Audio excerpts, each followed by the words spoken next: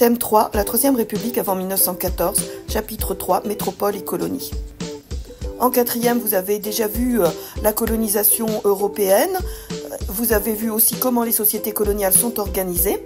Dans ce chapitre, on va voir plus particulièrement l'expansion coloniale française. On va voir comment elle fonde sa justification sur la grandeur nationale, les intérêts économiques et la mission civilisatrice de la métropole.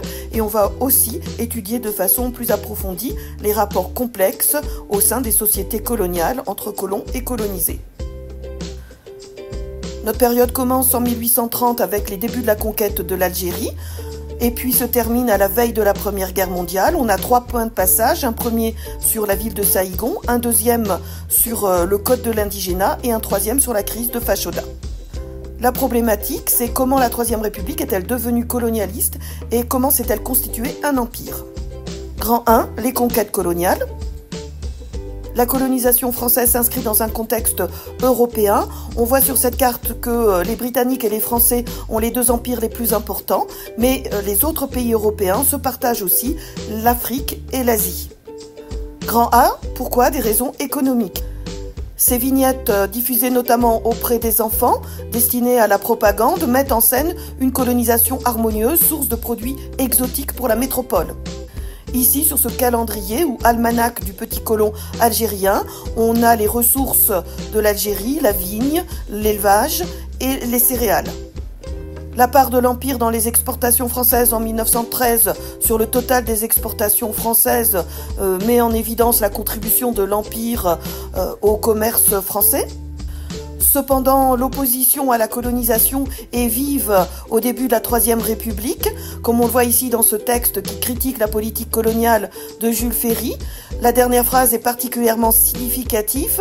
Des colonies nouvelles affaiblissent donc la patrie qui les fonde. Bien loin de la fortifier, elles lui soutirent son sang et ses forces.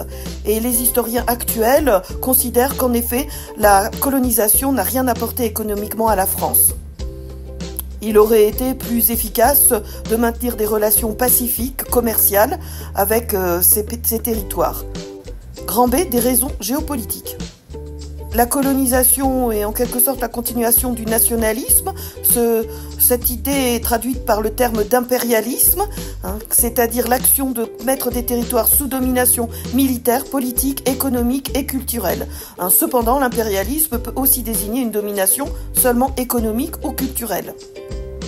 En Afrique, l'Empire français s'étend essentiellement au nord, au Maghreb, Maroc, Algérie, Tunisie, puis sur le Sahara et en Afrique centrale, Afrique occidentale française, AOF, Afrique équatoriale française, AEF.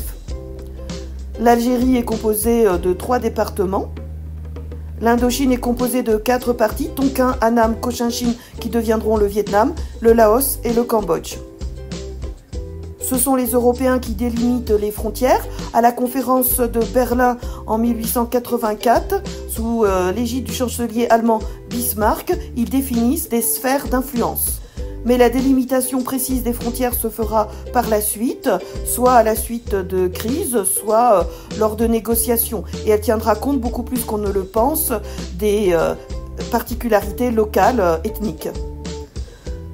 Les rivalités européennes se traduisent par des tensions sur le terrain et la crise de Fashoda en est le moment emblématique. La crise de Fashoda en 1898 oppose l'Angleterre et la France et c'est l'Angleterre qui l'emporte.